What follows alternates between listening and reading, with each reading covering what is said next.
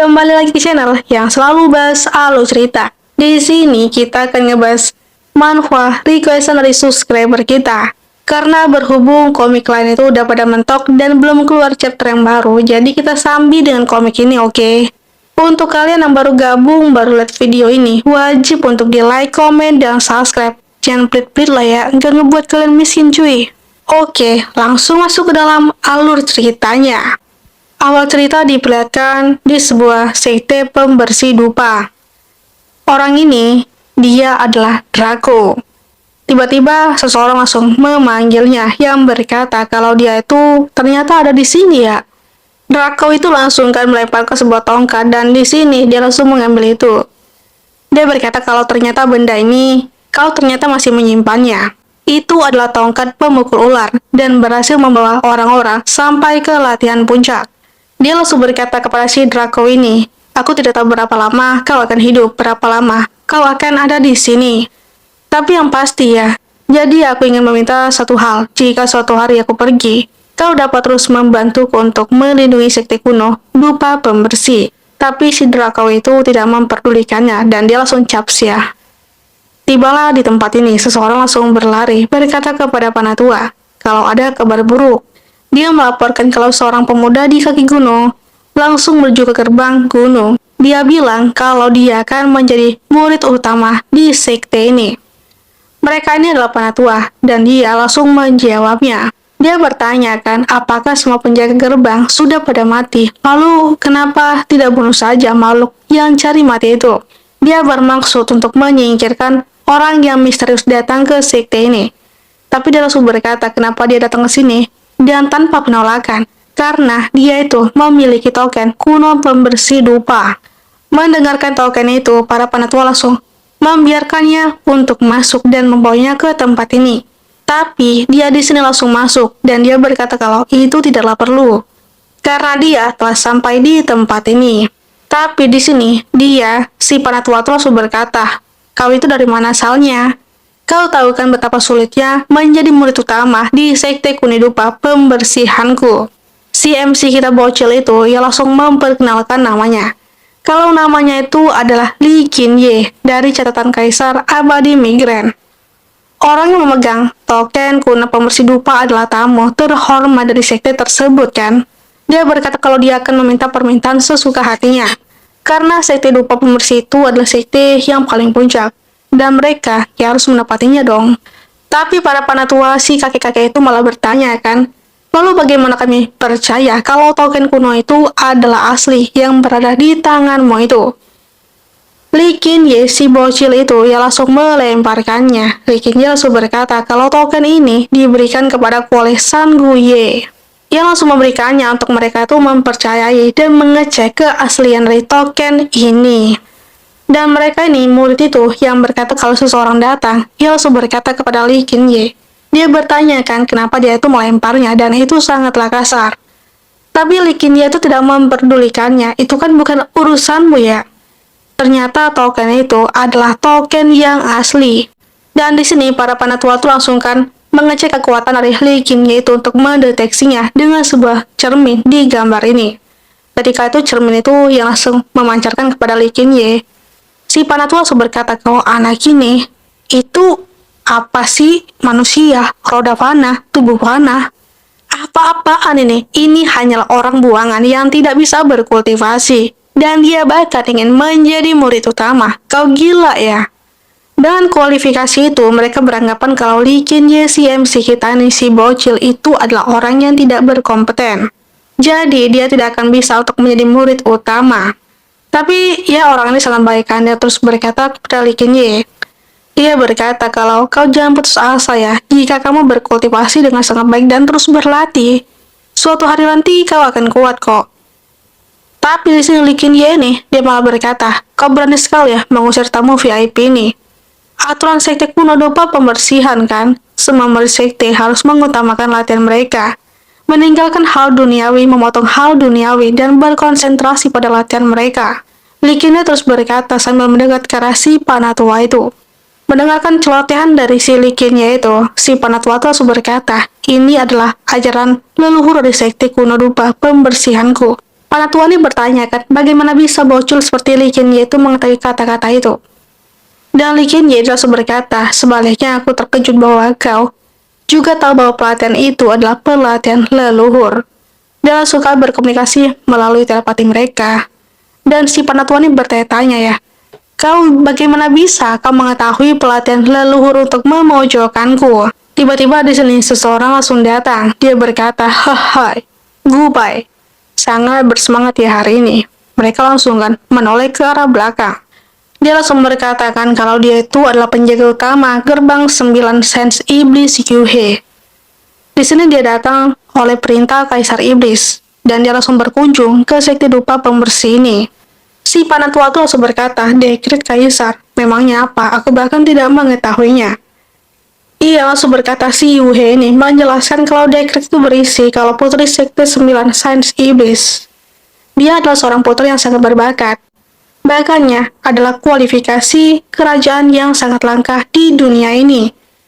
Dia berkata intinya kalau si putri itu harus menjadi murid utama juga, karena dia itu sangat berbakat, berkompeten, dan orang yang paling hebat di dunia ini. Tapi di sini, Li Qianye itu yang mendengarnya yang malah berkata, saat itu gerbang 9 sens iblis hanya bisa bertahan di bawah naungan sekte kuno dupa pembersih kan. Itu adalah sebuah lelucon. Bahkan kau berani sekali ya menguji kepala sekte kuno dupa pembersih tanpa malu-malu. Dan kau berani sekali ya menghina sekteku. Percaya atau tidak, aku bisa loh memotong lidahmu itu. Tapi di sini Li Qianye dengan santai kan menjawabnya. Karena mereka itu sangatlah kesal kepada Li Qianye, jadi di sini mereka langsung kan menyerang ke arah Li Qianye. Tapi di sini dia langsung kan dilindungi oleh para Panatua. Panatua langsung berkata, "Nah, kau tahu kan kami akan menyelamatkanmu." Sudahlah, jangan pedulikan itu, sekte dupa pembersih benar-benar berakhir sekarang. Dan si Yuhe ini bertanya kan, bukannya bocah itu telah menghina sekte kami, lalu mengapa para tetua untuk melindunginya? Apakah kau ingin menjadi musuh dari gerbang 9 Sens Iblis? Dan si para tua terus berkata, ya baiklah kalau begitu, saya perintahkan untuk turun dan mempersiapkan arena untuk keturunan ini. Jadi dari Sens Iblis ini, dia menantangkan Li Qianye itu untuk bertarung, dan Li Qianye dengan sangat santuy, dia langsung menanggapinya. Jadi di sini, Panatua itu, ia langsung menyetujuinya. Dan orang ini bertanya kan, si murid dari sekte dupa ini, kau itu gila ya, kau menerima tantangannya sementara kau itu tidak memiliki senjata sedikit pun. Kau malah setuju untuk berduel, ya BTW kamu mengubah persyaratan token kuno pembersih dupa mulai sekarang. Dan para tetua pasti akan menyelamatkan hidupmu kan. Li Qianye malah berkata kalau itu tidaklah perlu, di mana senjata untuk murid utama. Di sini, di ruang senjata ini, ia mencari-carikan senjata untuk dia pakai dalam pertarungan melawan si bocil dari iblis itu, dari gerbang iblis. Dan pertarungan mereka berdua langsung dimulai. Orang ini menjelaskan kalau kompetisi hari ini tidak ada batasan untuk senjata dan teknik apapun. Itu berakhir ketika saat sisi jatuh atau bahkan menyerah. Dia terus menjelaskan kan tentang aturan yang berlaku dalam pertarungan antara si bocil ini, dua bocil ini. Dan dia yang berdiri di sini akan menjadi wasit untuk melihat pertarungan ini. Sang wasit itu berkata kalau pertarungan antara Duming, generasi muda dari gerbang 9 Sens Iblis, melawan ya anak si gembala Li Qianye. Ketika pertarungan itu dimulai, si Duming ini, si murid muda dari gerbang Sens Iblis, dia langsung maju kan, dan tiba-tiba langsung mengarahkan pedangnya ke arah leher dari Li Qianye. Ketika itu Li Qianye yang diam saja dan terluka di sini. Dia malah berdiam kan, malah santuy belum menanggapi serangan itu. Dan di sini para penatua yang menontonnya, dia bertanya, bocah gerbang iblis itu pergerakannya sangat kuat sekali. Li Qianye, kau jangan diam saja lah. Ketika di sini Li Qianye itu masih berdiam diri saja, dan di sini si Duming itu yang malah akan menusuk-nusukkan pedangnya dan memberikan sebuah serangan ke arah Li Qianye itu. Secara otomatis di sini Li Qianye itu kan ya luka semua lah ya, dia kan tanpa perlawanan ya. Dan ini bukanlah sebuah duel, melainkan sebuah siksaan. Dan si wasit itu seperti komentator ya, komentator bola, dia terus menjelaskan kalau pergerakan si Duming itu sangatlah cepat dan semua serangan itu tepat sasaran, akurat sekali. Dan bahkan lawannya itu bahkan belum menyerang sama sekali. Dan ketika di sini si Duming itu langsung menusukkan dan itu tusukannya itu sangatlah dalam kan. Li Qianye langsung berkata, ternyata ini sakit juga ya. Duming kaget kan, lah bocah ini kok masih belum menyerah ya? Tapi sebuah tusukan itu, ia berpikir kan, lah kok bisa begini ya posisinya, kok bisa berubah? Bukannya sebelumnya itu aku itu menyerangnya dan itu dia terluka, tapi kenapa tiba-tiba seperti ini? Ia bingung kan, dan di sini Licin itu terus meledeknya, walaupun dia belum menyerang sama sekali, tapi dia tuh teruskan seperti kompor memanas-manasi lawannya.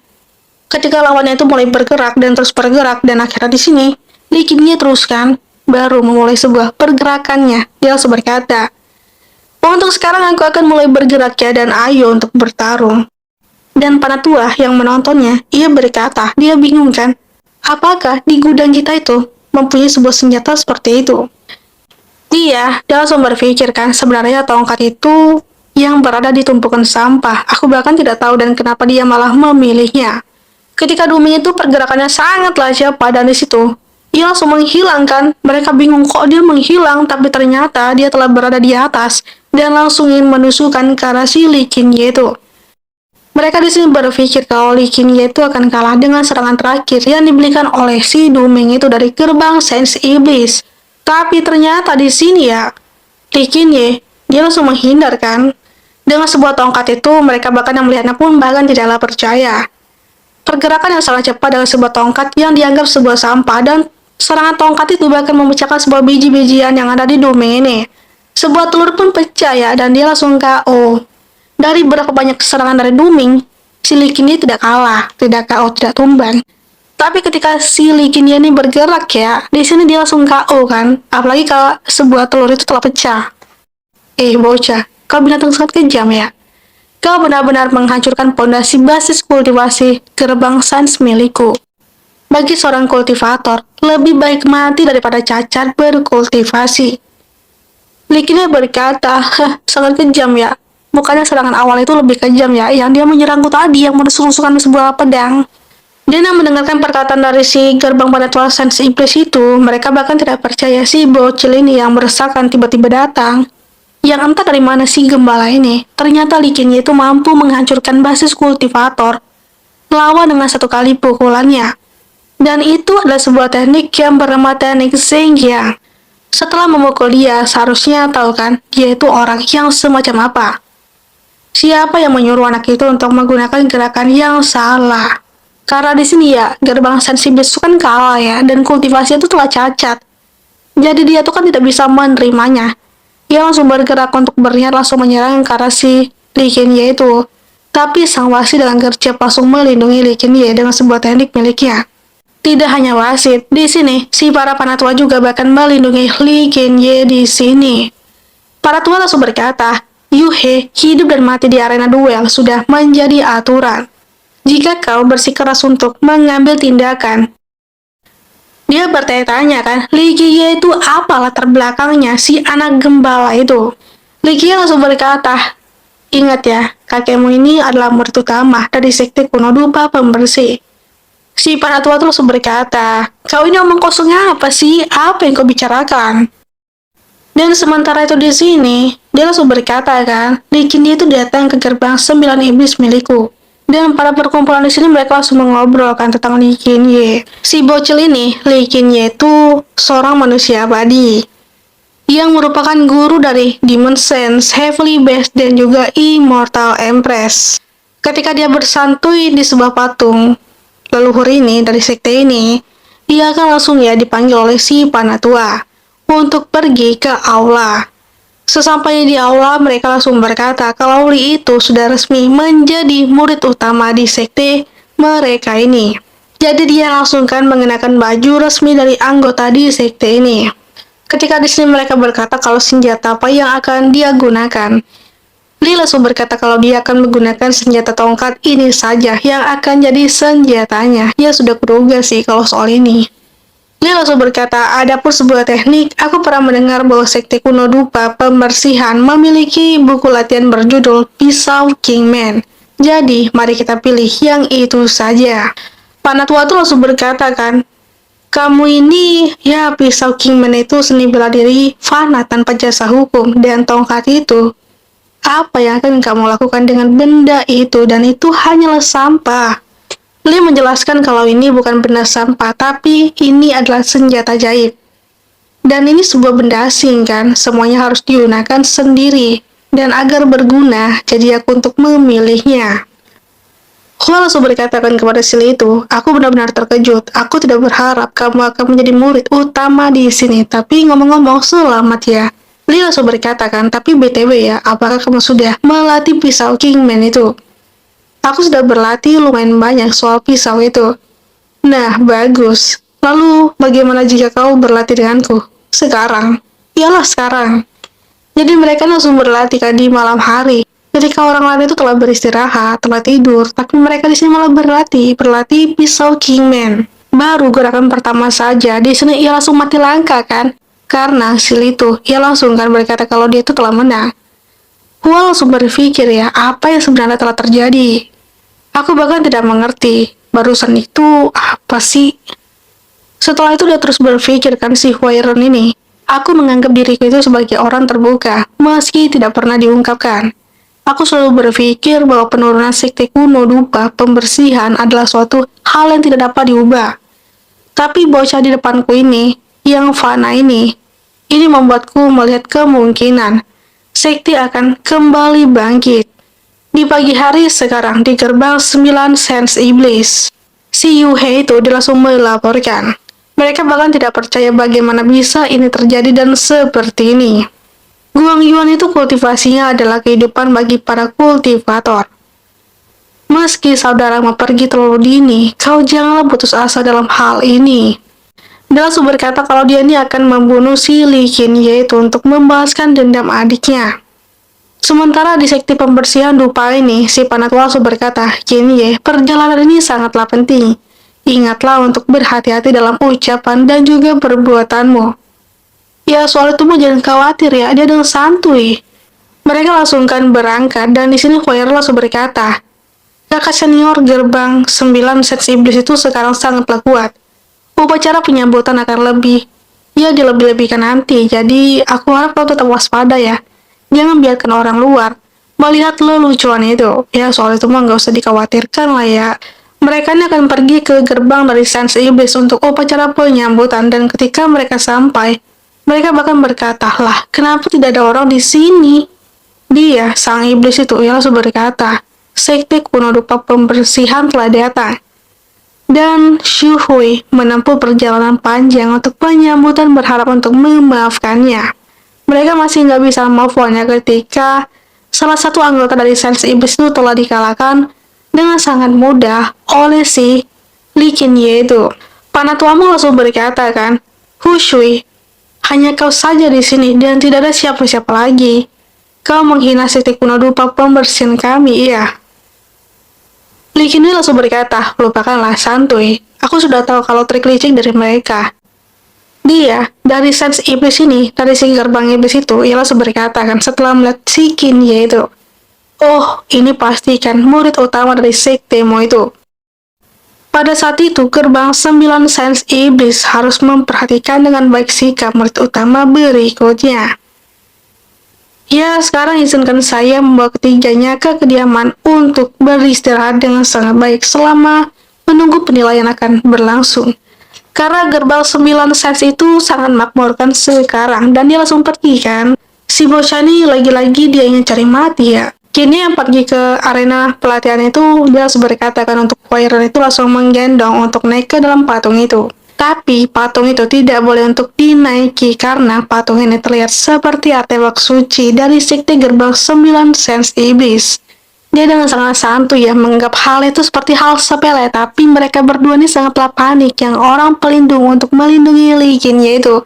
Dia sampai si Huairan itu sampai memohon-mohon agar si Li Qinye itu bersikaplah sewajarnya dan normal, janganlah melakukan hal-hal yang di luar batas. Tapi ketika itu Panatuamu langsung kan melemparkan Li Qinye itu untuk langsung ke patung dari leluhur dari Sense gerbang iblis ini. Dan dia, si murid dari gerbang dari 9 iblis itu yang langsung melaporkan kalau seseorang itu telah menaiki patung itu. Dan kali ini mereka langsung keluarkan untuk melihat siapa yang menaiki patung leluhur mereka. Ternyata itu adalah Li Qinye. Mereka di sini langsung naikkan dan dia langsung menghabisi, langsung menyerang ke arah si Li ini. Tapi dengan sangat santuy, dia langsung berkata, hei kau sampah, kau ternyata bisa terbang ya.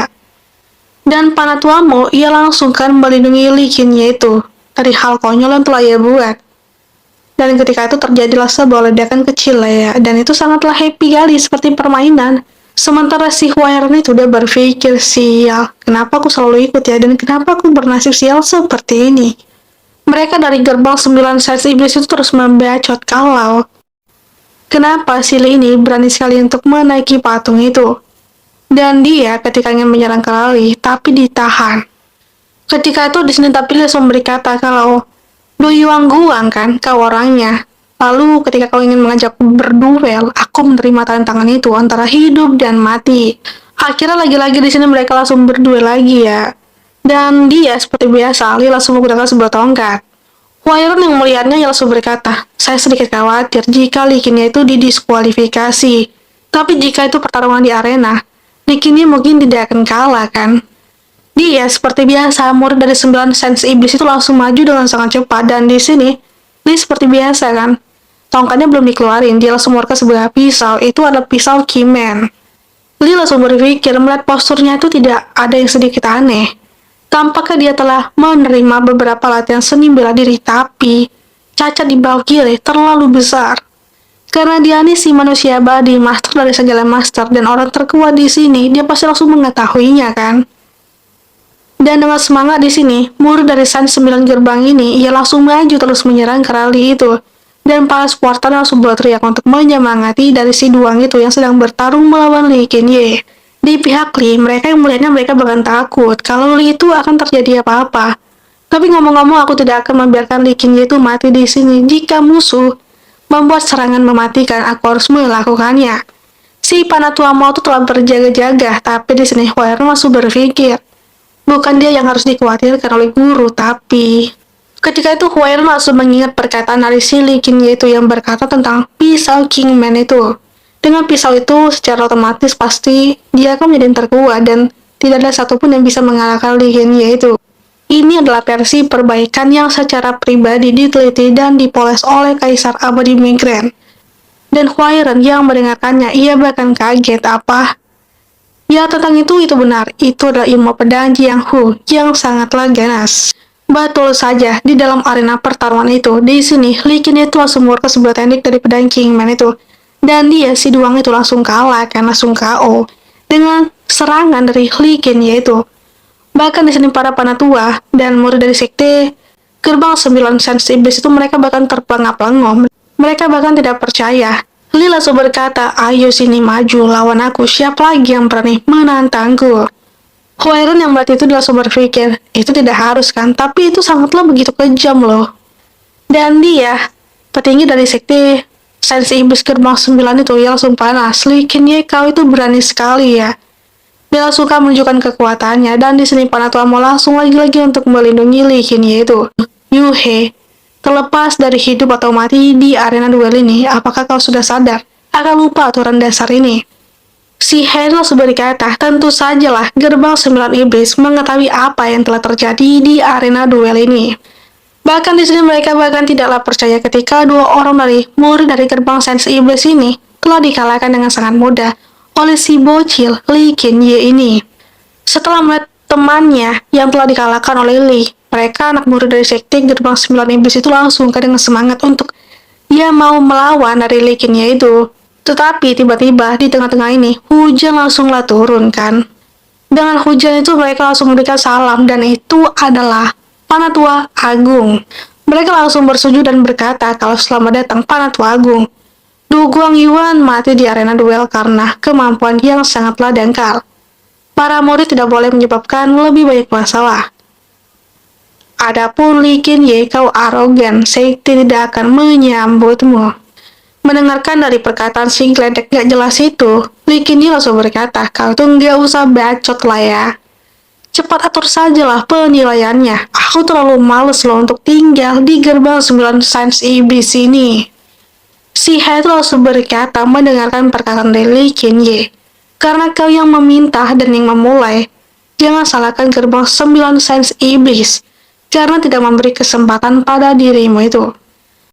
Ia merencanakan membuat sebuah jebakan untuk si Lee Qinye itu. Tes pertama di hutan Chaos, hutan kekacauan. Hutan Chaos itu didirikan oleh leluhur 9 sains iblis dari Sage Agung. Ini digunakan untuk mengasah murid gerbang 9 sains iblis. Hutan Chaos ada 14 papan. Setiap papan kesulitannya akan terus meningkat semakin tinggi. Dan memasuki hutan Chaos ini seperti memasuki iblis dalam diri sendiri. Sekelompok iblis bergerak dengan liar, dengan ribuan pedang, meskipun itu hanyalah ilusi tapi terasa sangatlah nyata. Mereka yang terkena dampak akan kehilangan akal, dan bahkan dalam kasus yang parah tubuhnya akan langsung hancur. He langsung berkata jika Likinye itu tidak bisa untuk mengatasinya, ya ada baiknya kau menyerah saja. Jika tidak, kau akan dikendalikan oleh iblis. Tapi mendengarkan itu, Lee masih tidak takut sama sekali dan dia, si He itu teruslah membacot. Lee langsung berkata, aku tahu mulai sekarang. Biarkanlah putri sucimu itu keluar dan bandingkan aku dengan kekuatannya. Bandingkan dengan dirimu. Kau berani sekali ya. Kau sangat tidak takut mati ternyata. Mereka ini seperti telah disepelekan oleh si Lee Kinye itu. Si bocah polos yang sangatlah tidak pernah mati dia ini ya. Dia seorang yang terkuat dan dia adalah manusia abadi. Jadi siapapun tidak akan bisa untuk mengalahkannya. Walaupun dengan kekuatan secara ya dengan alat dideteksi, dia tidak punya sebuah kekuatan. Dia dianggap sebagai manusia biasa, tapi ternyata dia itu seorang manusia yang abadi. Likini langsung berkata di dalam pikirannya kalau mereka ini sekumpulan orang bodoh ya. Hutan kekacauan ini untuk menguji hati Dao. Berani menerobos paksa dengan paksaan. Ya jelas lah ya, di sini Likini itu telah tahu. Karena dia itu adalah manusia abadi dan para leluhur dari sekte itu. Ya mereka itu masih bawahan dari Likinye. Dan dia, si Likinye itu langsung menantang ya orang gak jelas ini lah ya. Jika dia berhasil melewati hutan Chaos ini, hutan kekacauan, orang ini harus merangkak di bawah selangkangan dari Likinye itu. Dan ya tantangan itu langsung diterima kan olehnya, karena di sini mereka berpikir kalau Likinye itu akan kalah ketika masuk ke dalam hutan kekacauan ini. Kemudian di sini ketika Likinye itu telah masuk, para murid dari gerbang 9 sains iblis itu langsung berkata, "Hei, lalu sekarang ini bagaimana ya situasinya? Kau jangan katakan itu," dan itu telah berlangsung selama setengah jam. Dan si bocah itu hanya berdiri di sana, di langkah pertama saja. Mereka di sana langsung bersorak kan, mereka langsung berkata kalau tidak mungkin lah, murid utama yang bermartabat tidak bisa maju untuk melangkah kedua, tiga, bahkan seterusnya. Kenapa dia terus melangkah di tahap 1? Dan sementara si Huairan itu dia langsung berkata, bocah ini mereka sangatlah bacot. Para murid dari gerbang 9 sains iblis itu, apakah kalian hanya punya kekuatan untuk bicara saja? Dan mereka tuh sangatlah berisi kali ya. Tapi ngomong-ngomong ya, aku tidak tahu tentang penilaian aneh oleh Likinye itu. Apakah ada cara untuk menghadapinya? Wairan ini juga berpikir kan, kenapa si Likinye itu teruslah berdiri di tahap 1. Padahal sudah setengah jam berada di lokasi ini. Tapi di pikiran Lee, dia berbeda ya, karena di sini hutan Chaos ini adalah sebuah hutan ilusi. Jadi dia merasakan kalau seseorang telah mendekat ke arahnya. Dan di sini, Lee itu dengan kedipan mata langsung kan mematahkan kutukan itu. Dan mereka melihatnya, mereka langsung berkata, "Hei, coba kau lihat." Iya, bocah itu akhirnya bergerak ya setelah setengah jam. Tapi di sini mereka berbisik kan, mungkinkah si bocah itu takut masuk ke dalam portal kekacauan ini? Tapi berbeda, si Head tuh berpikir salah. Dia tampaknya terlalu santai dalam keadaan ini. Apakah benar ya, dia itu tidak akan terpengaruh oleh hutan ilusi ini? Masih lanjut lagi kan, di sini di hutan Chaos, hutan kekacauan tempatnya ilusi sang iblis. Ketika di sini Likinye terus berjalan di hutan ini, yang banyak sekali rintangannya dan tantangannya, tapi itu tidak membuatnya untuk menyerah. Malah dia langsung mematahkan kutukan itu dan dia langsung kan berjalan ke tahap selanjutnya. Hingga dia sekarang telah sampai ke tahap ke-7. Mereka yang menonton di sini mereka bahkan tidaklah percaya. Heran tuh berkata, "Wah, sekarang dia berada di langkah ke-7. Senior itu mantap kali memang, Bung." Dan mereka, para murid dari bangsa iblis itu, mereka melihatnya mereka langsung kan. Ya iri kali mereka ini. Mereka beranggapan kalau Likinye itu pastilah curang. Mana mungkin dia berhasil ke tahap yang bahkan tidak bisa untuk ke tahap 7 itu, dan sekarang dia orang luar, ya dia sampai ke tahap 7. Dia langsung berpikir kan, Chaos Hot Forest adalah sesuatu yang menguji daun hati. Tidak ada metode curang di dunia ini untuk menyesuaikan hati Dao. Berbuat curang di sini sama sekali tidak mungkin. Apakah hati anak ini begitu sangatlah teguh? Dia mengakui kemampuan si Likin, yaitu ya, dia berpikir kalau itu mustahil untuknya curang. Tapi dia juga tidak menerima ketika dia tuh bahkan tidak bisa juga untuk sampai ke tahap 7 di situ. Tapi dia juga bahkan tidaklah menerimanya ketika Likin Ye berada di tahap ke-7 dan itu melampaui dari mereka dari gerbang si 9 iblis ini. Likinnya langsung ya melihat yang ada di depannya itu dan sangatlah berkilau. Dia langsung berkata, sekarang apalagi ya kira-kira? Ketika dia melihatnya, itu adalah sekumpulan harta dan itu adalah kekuatan. Semuanya yang terlihat itu sangatlah menggoda, tapi apakah Likinnya itu akan tergiur ya? Dan benar, patung itu langsung bergerak dan lagi-lagi ia malah menguji Likinye. Dari harta tiba-tiba langsung musnah, ya namanya juga ilusi. Dan dia, Likinye itu telah berada di langkah ke-14. Likinye telah menyelesaikan langkah ke-14 sesuai tantangannya tadi. Dia yang kalah akan berjalan di selangkangan dari Likinye ini. Apakah kau ingat taruhan kita, Pelindung Shu? Pelindung Shu, dia langsung kan tidak lama menerimanya dan dia langsung berkata, kau ini... Akhirnya dia langsung berkata, hanya dengan trik murahan dan mengalahkan beberapa murid, sudah merasa hebat begitu. Berani juga ya kau melawanku. Si Likin itu langsung kan berkata kepada si Panatua dari penjaga Shu itu. Dia berkata, yo, kau terlihat seram sih wajahnya, tapi ternyata kau itu sampah, pecundang. Dan karena dia tidak menerimanya di tantangan pertama yang telah kalah tadi, dia langsung kan menerima tantangan kedua. Dia menjelaskan kalau pada penilaian kedua, Xu Hui bertarung melawan Li Qinye. Dan pertarungan itu dimulai dari sekarang. Mereka langsung kan bertarung di arena ini. Dan si muka seram yang ternyata cupu itu langsung berkata kepada Li Qinye, bocah ingusan, di mana pisaumu? Tunjukkanlah senjatamu itu. Dia menggunakan sebuah senjata yang sangatlah besar ya, si muka seram ini dari Shu ini.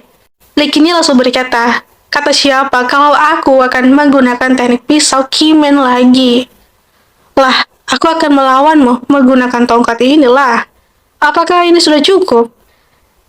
Si Su ini, dia bahkan tidaklah menerimanya. Dia berkata kalau ya itu seperti Likinnya itu meremehkan si Su itu ketika Likinnya itu mengeluarkan sebuah tongkat. Dia langsung berkata, kau cari mati ya ternyata. Tongkat yang digunakan oleh si Likinye itu adalah tongkat yang berhasil melumpuhkan Duming. Pasti ada salah dengan tongkat ini, biar aku ya yang melihatnya. Dia langsung kan melihat dari kacamatanya itu menggunakan sebuah kekuatan untuk melihat mendeteksi tongkat itu apakah ada kekuatan yang berada di dalamnya. Tapi ketika itu dia langsung mendeteksi dengan matanya kalau tongkat itu apa? Tidak ada jejak berkat kekuatan. Tidak ada yang aneh. Lalu ini benar-benar tongkat biasa. Dan ini, tongkat ini, mudah untuk dipatahkan. Akhirnya, si Shu itu langsung maju kan, menggunakan senjatanya, dia langsung membacot. Pokoknya dia tuh bacot terus pokoknya lah. Dan Lik ini langsung kan dengan santuy menunggu serangan yang akan dimulai oleh Shu ini. Dia langsung menggunakan sebuah teknik dan itu sangatlah cepat ya, seperti bayangan yang dari depan tiba-tiba telah berada di belakang dari Likin, yaitu ketika dia mengangkat pedangnya, dan langsungin mengenai kepala dari Likin, yaitu untuk menebasnya seperti kelapa. Tapi ternyata serangan dari yang pedang sangatlah besar itu sangat tajam lah. Tapi itu langsung kan dipatahkan oleh si tongkat biasa ini. Dan itu langsung memantul lagi ke belakang pedangnya itu loh. Likin Ye, ia langsung berkata, kesenjangan yang kau katakan, bukankah itu hanya omong kosong saja? Tapi karena itu ya Likinye itu yang terus meledek si Shu itu. Ia berpikir bagaimana caranya untuk mengalahkan Likinye yang terus meledek ya ini. Dia berpikir akan menggunakan sebuah basis kultivasi Heaven Mandate miliknya itu. Dan dia pasti ia tidak akan dikalahkan oleh siapapun termasuk oleh Likinye itu. Ternyata tetapi ketika dia langsung menyerang lagi untuk kedua kalinya, dan tongkat dari Likinye itu langsung kan yang menang serangan itu. Tongkat yang dideteksi tanpa kekuatan yang biasa saja, bahkan tidak bisa dipatahkan oleh pedang milik Shishu itu. Murid dari Sekte 9 Iblis itu, yang gerbang iblis, mereka bahkan tidaklah percaya. Mereka berpikir kalau pelindung Shu, dia telah ditekan oleh bocah ingusan itu. Itu tidak mungkin, kan? Dan akhirnya, Shishu itu sangatlah frustasi. Ia berpikir kalau semua serangan itu bahkan tidak bisa untuk mengenai si Likin yaitu. Dia, yang dari ketua dari si gerbang iblis itu, ya berpikir, dasar, Yuhu itu ternyata kau hanya sampah juga ya.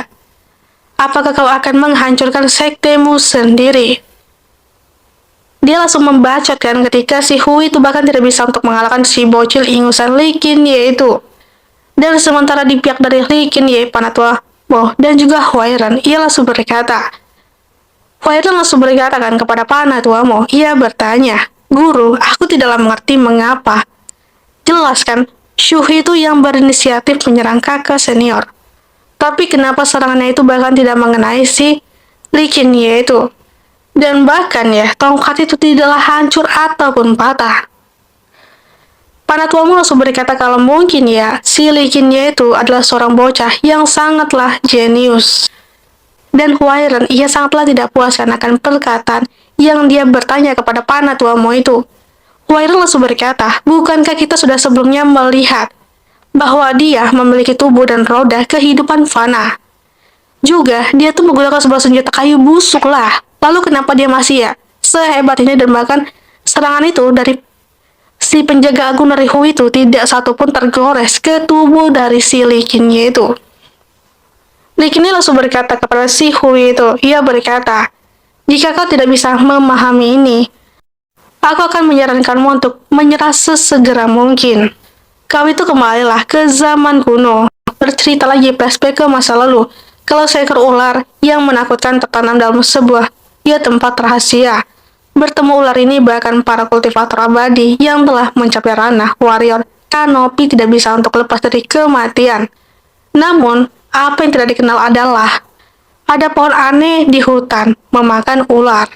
Juga sebuah kekuatan aneh, ia jauh lebih dari tinggi daripada ular itu. Mampu menggunting titik lemah serangan untuk membunuh ular itu. Kemudian seekor gagak hitam melawan pohon raksasa dan mengambil cabangnya.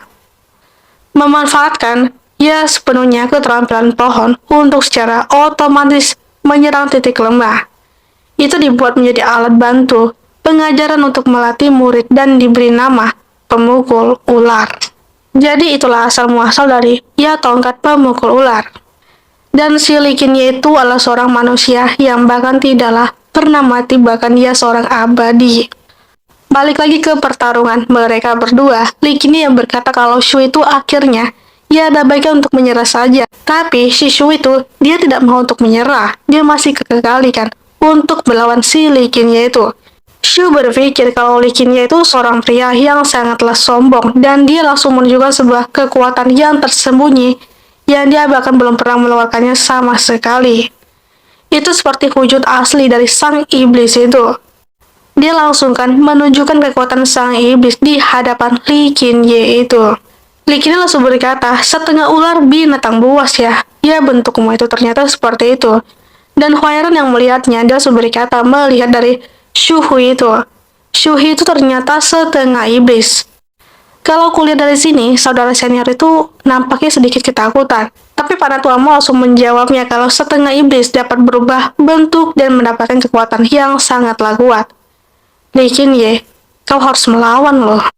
Dan si bacot ini, si Hui, ia langsung berkata menjelaskan kenapa tubuhnya tuh setengah iblis. Ya maksudnya tuh setengah ular, setengah apalah nih, kadal kali ya.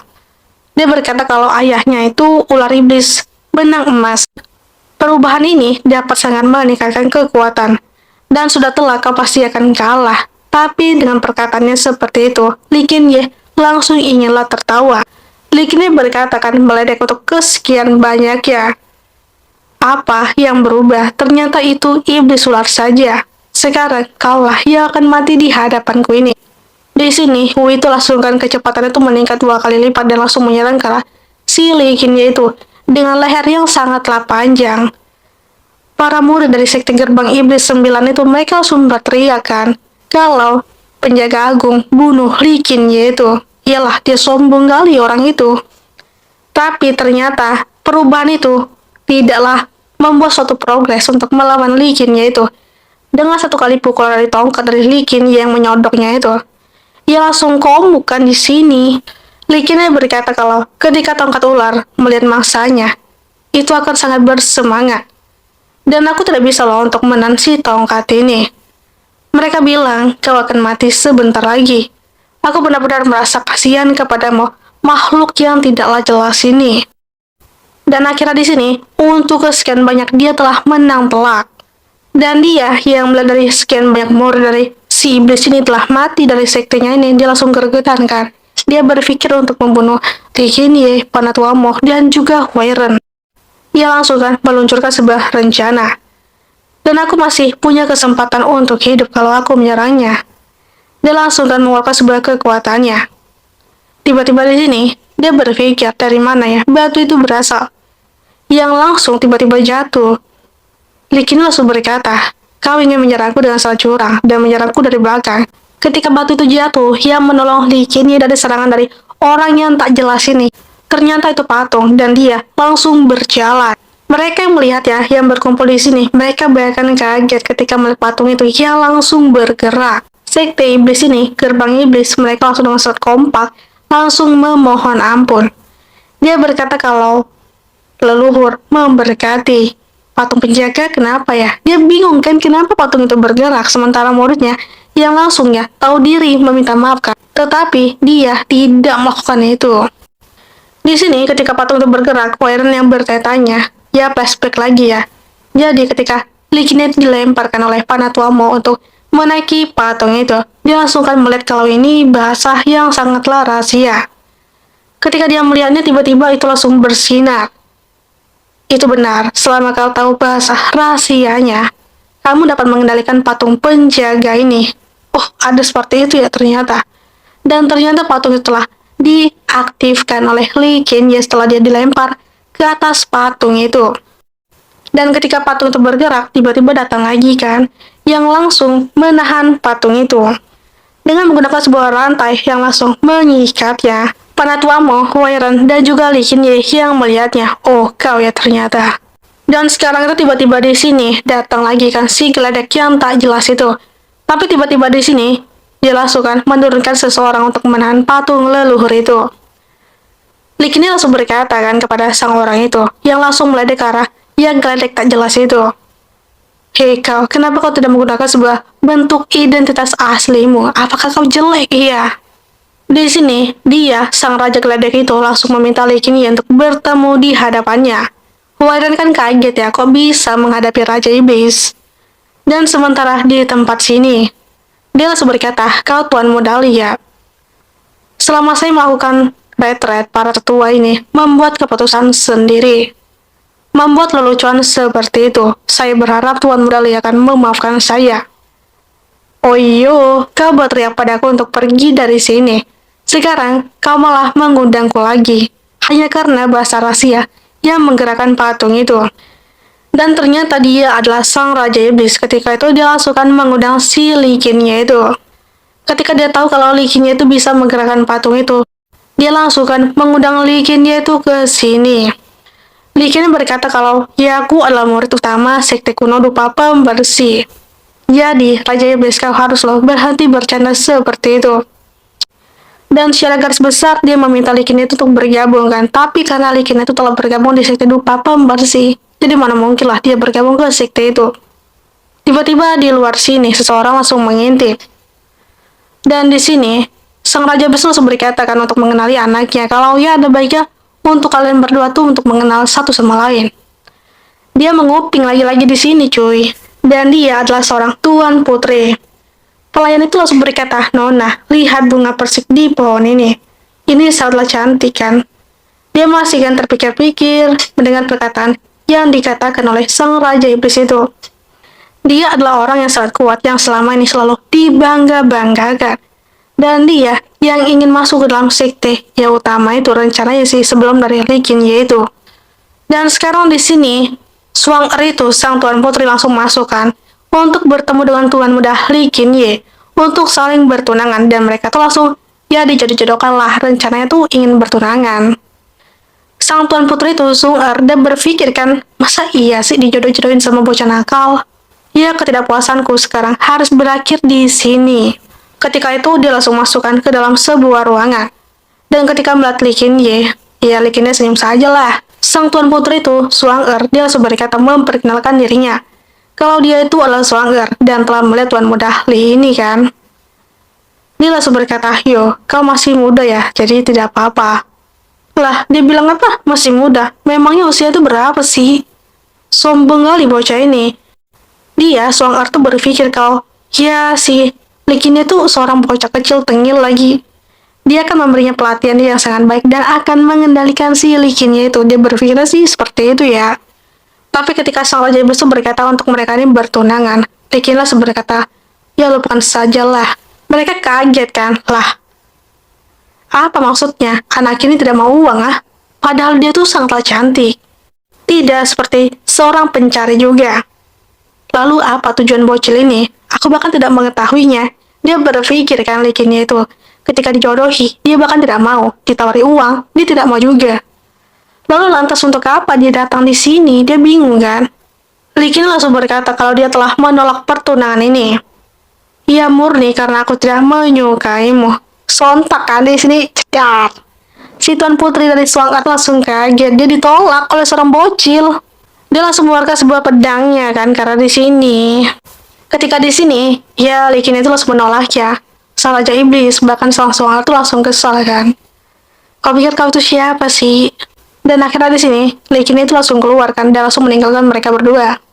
Dan sang raja ini dia langsung berkata, iya, saya hampir lupa jika kamu tidak mengatakannya. Setelah di sini, ya Lee Kin Ye itu keluar, dia langsung kan melapuk, langsung kesal kali pokoknya Sung-er itu. Dan di luar sini, Panatua Mo dan juga Wei Ran itu telah menunggu ya si Lee ini. Dia bertanya kan, kenapa, ya apa yang kalian bicarakan? Apakah kau benar-benar berpikir bahwa menjadi menantu dapat menghidupkan kembali sekte itu? Mereka berdua bingung kan apa yang dimaksud oleh Lee Kin Ye itu. Ya dia berkata kalau dia datang ke sini, ya dia ingin dijodohkan oleh seorang putri yang bernama Sung-er. Mereka kaget kan, itu sangatlah menakjubkan woi. Lalu kamu menolaknya seperti itu. Dan akhirnya di sini mereka langsung kembali lagi kan ke sekte dupa pembersih ini dan langsung menghadap ke arah Panatua. Panatua langsung berkata, Lee Kin Ye, kau ini mata-mata dari gerbang 9 sens iblis kan? Mereka bertiga kaget kenapa sih tuduhan seperti itu. Dia langsung menuju ke arah si Lee Kin Ye itu kalau dia berkata kalau Lee Kin Ye itu adalah seorang mata-mata. Dan Lee Kin Ye langsung berkata, oh kenapa kau mengatakan seperti itu? Ih, bocah ini kau sombong kali ya. Aku akan tunjukkan sesuatu kepadamu hari ini juga. Pertama, token sekte kuno pembersih bukanlah sesuatu yang dapat diperoleh dengan sangatlah mudah. Tapi, jika itu gerbang 9 sans iblis memberi banyak uang, ya mungkin saja untuk menyuap, ya Pak Tua San Guhe. Kedua, kau adalah sampah dan tubuhmu itu fana.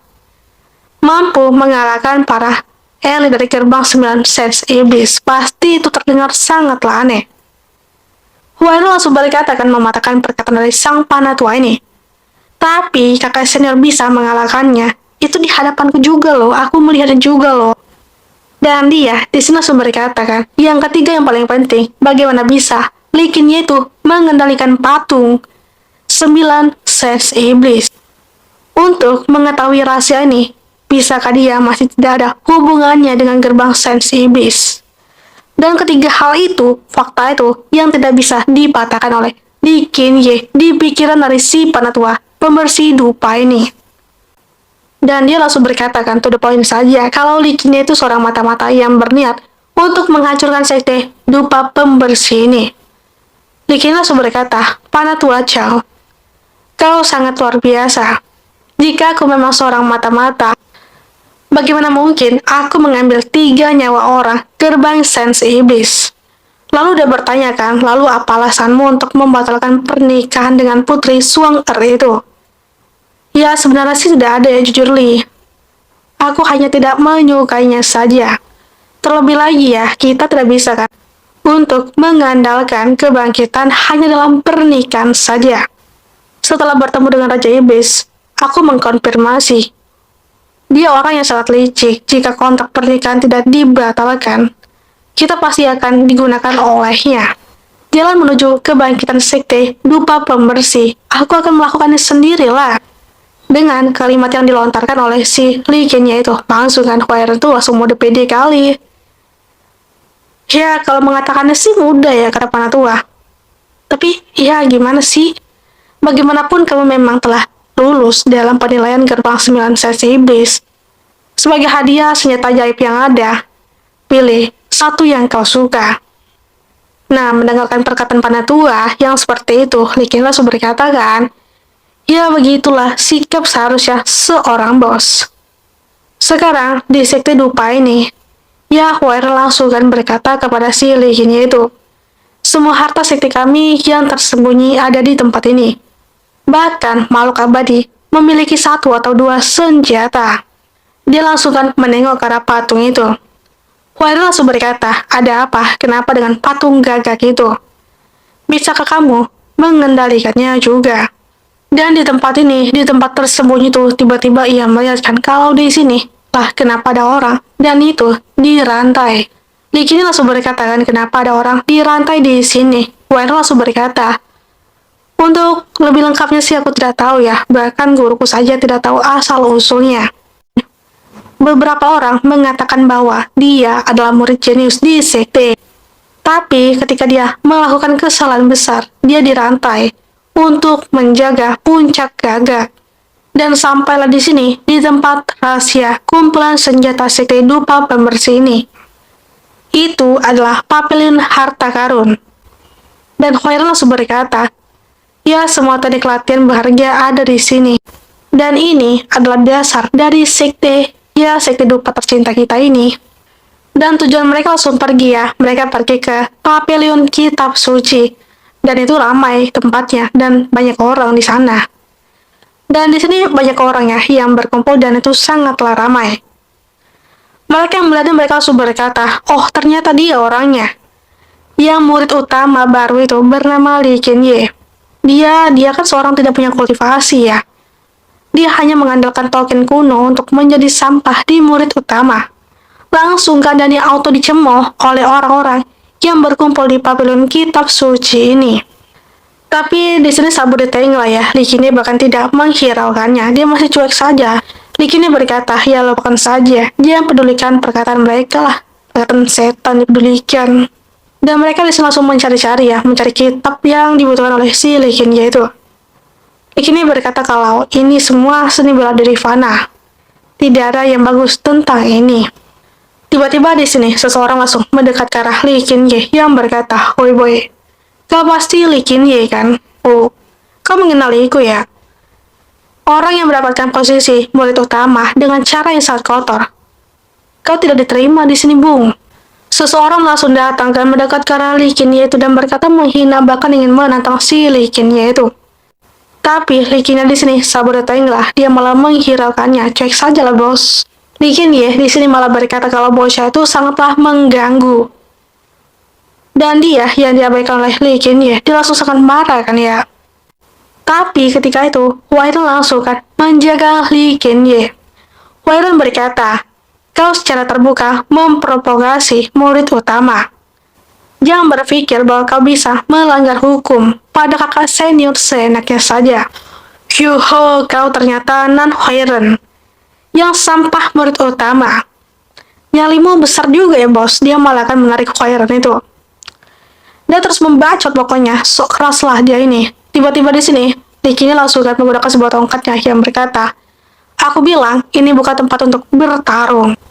Untuk bertarung, pergi keluar dan bertarung. Dan mereka langsung kan bertarung dan mereka adu mekanik lagi. Dan di sini Huairen berkata kan kalau si Li Qianye itu akan bertarung untuk membela si Huairen itu. Tapi ternyata Li Qianye berkata yang akan bertarung itu, ya dialah si Huairen inilah. Kok aku woy? Yang lawannya ini, yang sok keras bacot ini, Kang Bacot itu langsung berkata kan, ini adalah apa yang kau katakan. Ya baiklah, sampai jumpa ya di halaman sekte. Ketika itu telah kelar, Huairan bertanya kan kepada si Likin yaitu, "Saudara, kok jadi aku yang bertarung ya?" Likinnya menjelaskan kalau, ya sebagai murid Pak Tuamo, kau bisa kan melakukannya dengan sangat baik. Ya tapi ya, dia itu adalah seorang kultivator biasa. Dia dikirim ke sini untuk mengajar murid luar sepertiku. Dia berkata kan kalau Pak Tuamo itu kan murid luar yang hanya datang sebagai pengajar. Ya, kau tidak akan kalah, jawab dari Likin yaitu. Wah, benarkah? Kok bisa kau berpikir seperti itu? Dan sekarang, di halaman dari sekte, mereka langsung bertarungkan menggunakan sebuah, ya, senjata mereka masing-masing lah. Di sini sangatlah ramai, mereka langsung berkumpul, dan Huairan berpikir ya, bagaimana cara untuk mengalahkan bocil ini?